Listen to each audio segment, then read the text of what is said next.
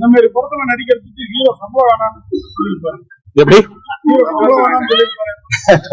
அப்படிலாம் இல்ல, அப்படி எல்லாம் கிடையாது. அதான் நீங்க அவர் சொன்னதுதான், அந்த கேரக்டர் பண்றதுக்கு ஒரு பெரிய தைரியம் போடும். அதை பர்ஃபார்ம் பண்றதுன்றது வந்து ரொம்ப அவ்வளவு ஈஸி எல்லாம் கிடையாது. அவ்வளவு ஈஸியா எல்லாம் பர்ஃபார்ம் பண்ணிட முடியாது. அதுக்கு வந்து ஃபீமேல் ஆர்டிஸ்டோட அந்த ஒரு செட்ல அவங்களோட கம்ஃபர்ட் ஜோன், அதுக்கப்புறம் அவ்வளவு பேர் இருக்கும்போது அதை வந்து அதை நம்ம எதிர்பார்க்கிற மாதிரி அந்த ஒரு ரியாக்ஷன்ஸ், அவங்க பர்ஃபார்மன்ஸ் எல்லாம் வந்து பெரிய விஷயம். நார்மலா ஒரு படம் கூட நடிச்சிடலாம், இந்த மாதிரி படம் நடிக்கிறது ரொம்ப கஷ்டம். நியாயமா இதுக்கெல்லாம் அவர் கூட தான் சம்பளம் தரணும்.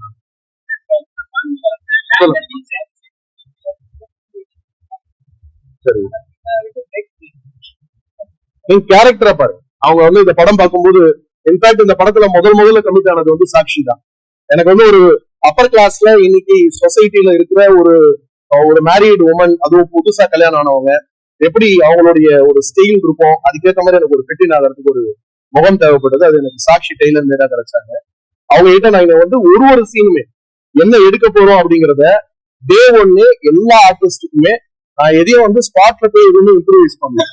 நாங்க ப்ரீ பிளான் பண்ணி என்ன பண்ணமோ அதை சொன்னோம். இந்த கதைக்கான அவசியம் அவங்க வந்து அதை வந்து உள்வாங்கிக்கிட்டு அதை வந்து அவங்க பண்ணாங்க. அதனால அது வந்து இட் இஸ் டாஸ்க்.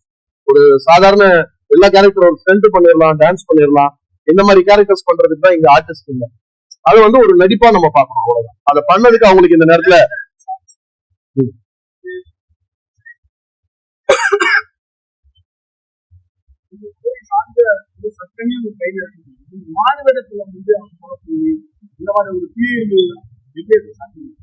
ஒரு அங்க நீங்க போலீஸ் ஆபீசரா பார்க்க கூடாது, அங்க ஒரு அப்பாவா தான் நீங்க பார்க்கணும்.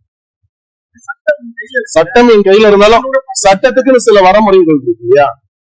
சட்டத்துக்கு ஒரு லிமிடேஷன் தானே இருக்கு. சட்டத்தை என்ன வேணாலும் நம்ம வந்து நம்ம இஷ்டத்துக்கு மாத்திக்க முடியாது. எல்லாருக்கும் ஒரே சட்டம் தானே. ரெக்கார்டு இருக்கு, கரெக்ட். அதுல ஒரு விஷயம் இருக்கும், அந்த பொண்ணு, அதுதான் நான் சொல்றேன். இல்ல இத பத்தி நம்ம டிஸ்கஸ் பண்ணலாம். பட் ஆனா இதை வந்து மீடியால எதுவும் எழுத வேண்டாம். ஏன்னா படம் இல்ல நான் சொல்ல வந்தது நீங்க கேட்கல. நான் சொல்ல வந்தது நீங்க கேட்டுக்கோங்க. நீங்க கேளுங்க, நான் பதில் சொல்றேன். அதை இப்போ வந்து ரிலீஸ்க்கு முன்னாடி எழுத வேண்டாம்னு சொல்றேன், வேற ஒண்ணும் இல்லை. புரிஞ்சுதுங்களா?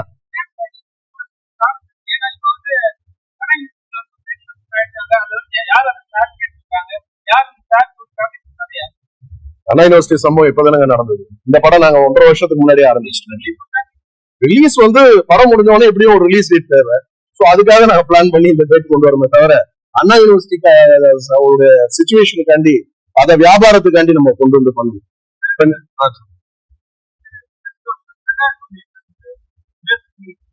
அந்த மாதிரி பிரகாஷ், காசி, அதுக்கப்புறம் இன்னும் நிறைய பேர் இருக்காங்க. அந்த மாதிரியான ஆட்களோட பஞ்ச் ஆஃப் ஸ்டோரிஸ் அதுல இருந்து இருக்கிற ஒரு இன்ஸ்பிரேஷன் தான்.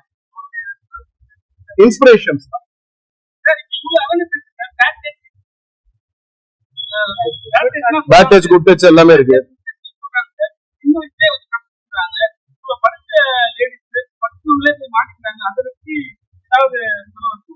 ஆமா, இன்னைக்கு இவ்வளவு விழிப்புணர்வு இருந்தும் இன்னைக்கு டெய்லி நீங்க பாக்குறீங்க. நேற்று ஒரு ட்ரெயின்ல ஒரு கர்ப்பிணி பெண்ணை வந்து என்ன பண்ணாங்கன்றது நம்ம எல்லாருமே தெரியும். அப்போ சமூகம் எதை நோக்கி போயிட்டு இருக்கு? இன்னும் அந்த இடத்துக்கு இன்னும் நம்ம ரீச் ஆகல. பெண் உரிமைன்னு நம்ம பேசுறோம், சம உரிமைன்னு பேசுறோம்.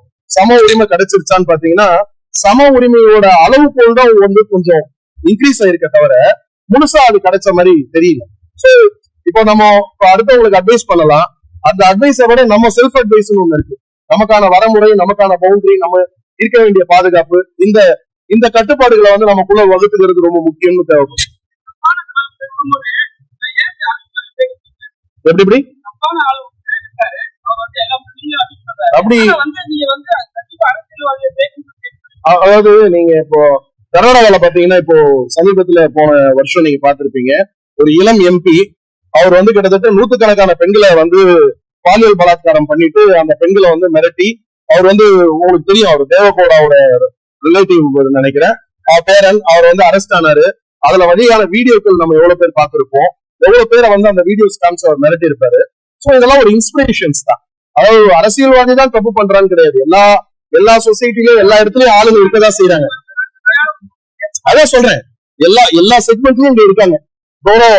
நம்மளுடைய பத்திரிகை நண்பர்கள்ல சில பெண்கள் என்கிட்ட பேசும்போது சொன்னாங்க, எல்லா இடத்துலயும் அன்றாட நம்ம பாத்துக்கிட்டு இருக்கோம். இது வந்து பெண்களுக்கான ஒரு பிரத்யேக ஒரு ஸ்பெஷல் ஸ்கிரீனிங் பண்ணோம்.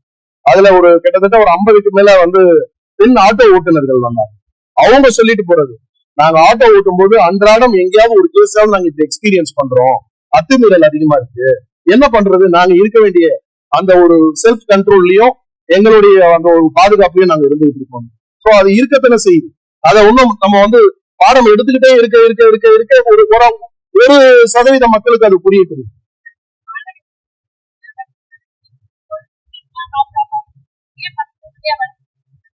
அதுதான் சொன்னேன், பெண் பிள்ளைகளை பெற்றோர்கள் வந்து இன்னைக்கு வந்து எவ்வளவு ஜாக்கிரதையா வளர்க்கணும்னு ஒரு விஷயத்த சொல்லும் போது எதிரில உட்கார்ந்து பாக்குறது வெறும் பெண்கள் மாத்திரம் பார்க்க போறது இல்ல, ஆண்களும் பார்க்க போறாங்க. அந்த ஆண்களுக்கும் குழந்தைகள் இருக்கும். இல்ல சொல்லணும் கிடையாதுங்க, அது ஒரு அண்டர்ஸ்டுட். நம்ம ஆனா வந்து யாருக்கு ஸ்ட்ராங்கா சொல்லணும்னு ஒண்ணு இருக்கு. அதுதான் நான் சொன்னேன், இந்த படம் பார்த்துட்டு வந்தா காசி மாதிரி இருக்கக்கூடிய ஆளுங்க யாராவது ஒருத்தருக்கு ஒரு சின்ன கில்ட் கிரியேட் ஆகும். அந்த கில்ட் தான் சக்சஸ் ரேட். ஐயோ நம்ம இப்படி இருக்க கூடாதுன்னு ஒரு சின்ன தாட் கிரியேட் ஆகும்.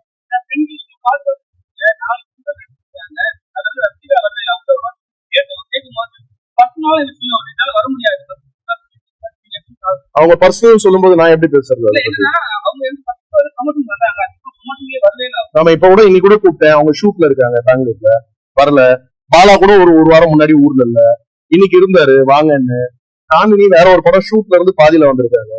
இவங்க சாட்சியம் அதே மாதிரிதான் இருக்கிறவங்க அட்ஜஸ்ட் பண்ணி வராங்க. அது பர்சனல் சொல்லும்போது நம்ம அதை ஒருத்தரை போய் நம்ம அது ஒரு அநாகரிகமா இருக்கும் நம்ம ஒருத்தர் விமர்சனம். பட் எங்களுக்கு வந்து ரொம்ப எங்களுக்கு முழு ஒத்துழைப்பு கொடுத்தது வந்து எங்க 4 ஹீரோயின்ஸும்.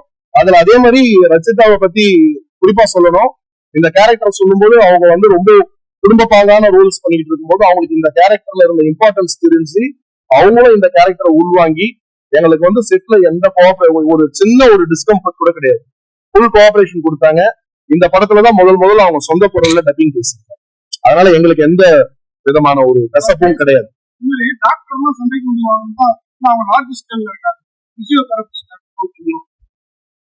நீங்க காவல்துறை எடுத்தா நம்ம 10 படத்துல வந்து பாத்தீங்கன்னா 8 படத்துல வந்து காவல்துறையை சார்ந்தவங்க வில்லனா காட்டுறோம்.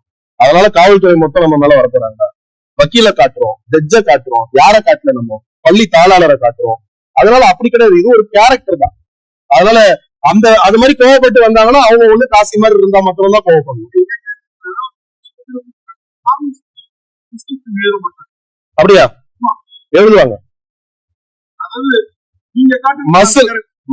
மசில் ரிலாக்சிங் மெடிசின்ஸ் வந்து அவங்க தான் கொடுக்கும்.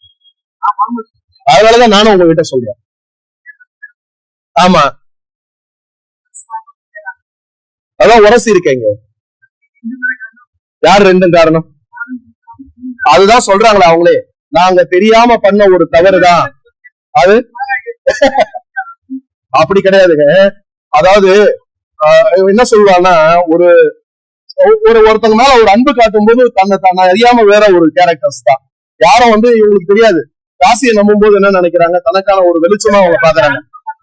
இல்ல ஒரு நிமிஷம், அது எப்படி இல்லைன்னு நினைக்கிறீங்க? ஒரு நிமிஷம் நான் சொல்றேன் உங்களுக்கு. இல்ல நான் சொல்றேன் உங்களுக்கு. இப்ப நீங்க சாந்தினி எடுத்தீங்கன்னா அவங்களுக்கு வந்து ஒரு காதல் உருவாயிரும். முதல்ல வந்து ஒரு வேலைக்கு வந்த இடத்துல தனக்கு கிடைச்ச முதலாளி அவ்வளவு அந்யோன்யமா பழகி ஒரு குடும்பத்துல ஒருத்தரா இருக்காரு. அவர் மேல ஒரு காதல் தான் அவங்களுக்கு ஏற்படுது. எப்படி அது வந்து கோஆபரேட் செஞ்சான்றது அவங்களோட ட்ரீட்மெண்ட். அவங்களுக்கு பெயின் இருக்குன்னு சொல்றாங்கல்ல, அந்த பெயின் வந்து கை தூக்கும் போதே நம்மளே ட்ரீட்மெண்ட்டுக்கு போகும்போது சில நேரம் டாக்டர்ஸ்க்கு கோஆபரேட் பண்ண மாட்டோம். கோஆபரேட் பண்ணா மட்டும் தான் அவங்க பண்ண முடியும். நீங்க இப்படி அர்த்தம் எடுத்துக்கிட்டீங்கன்னா அப்படி, இந்த பக்கம் எடுத்துக்கிட்டீங்கன்னா இந்த பக்கம். சொல்லுங்க எது கேட்கல.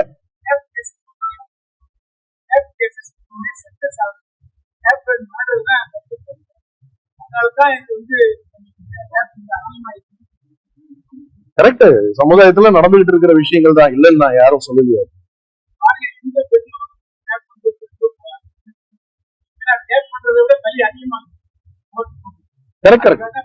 அதனாலதான் நிறைய பேர் ஒதுங்கி இருக்காங்க. இதுல இருந்து அவங்க வந்து வெளியில வந்து ஒரு கம்ப்ளைண்ட் கொடுக்கல, இதுல இருந்து வெளில வந்தா போதுன்ற ஒரு சிச்சுவேஷனு. அத காசி எவ்வளவு டாமினேட் பண்றான், எப்படி ஒரு டேக் ஆஃப் பண்ணிக்கிறான், அதை வந்து அந்த அத்துமீறல் எவ்வளவு தூரம் போகுதுங்கிறத வெளிப்படுத்துறது தான்.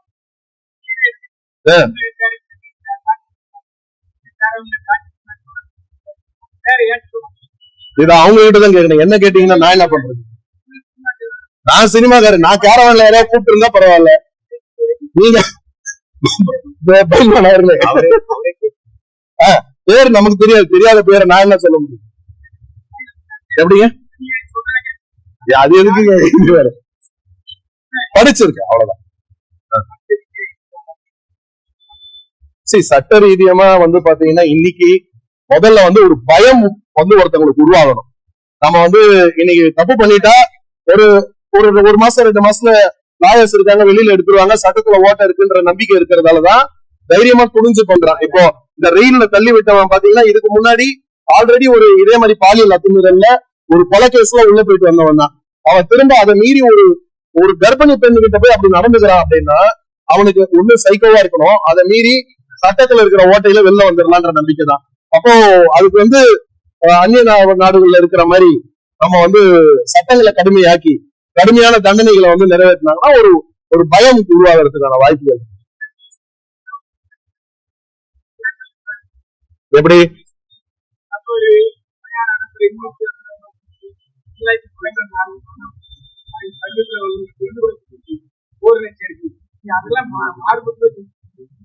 நான் என்ன சொல்லியிருக்கேன்னு நினைக்கிறீங்க?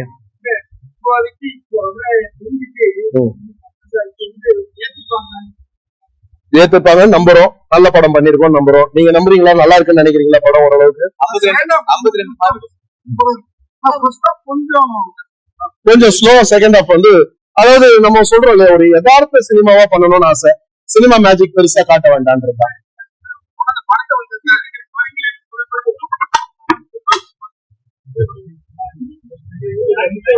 சரிங்களா? தேங்க்யூ.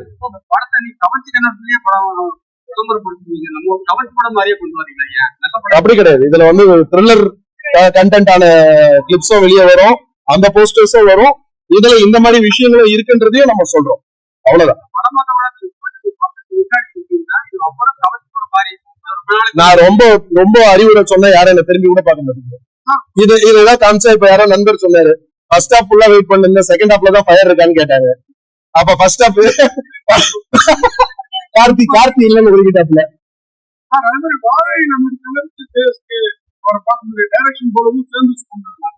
இருக்கலாம்.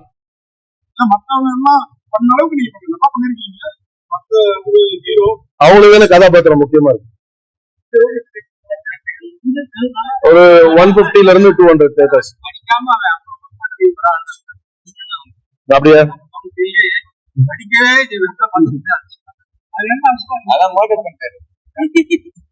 ஒரு 150 to 200 ஸ்கிரீன்ஸ். ஆமா. வேர்ல்டு வைடு வந்து இது கர்நாடகா ரிலீஸ் ஆகுது. கேரளா அடுத்த வாரம் ரிலீஸ். இந்த வாரம் நிறைய படங்கள் அங்க இருக்கிறதால ஒரு வாரம் கழிச்சு ரிலீஸ். பேன் இந்தியாவா மொழி மாற்றங்கள் செய்யப்பட்டது. நன்றிங்க.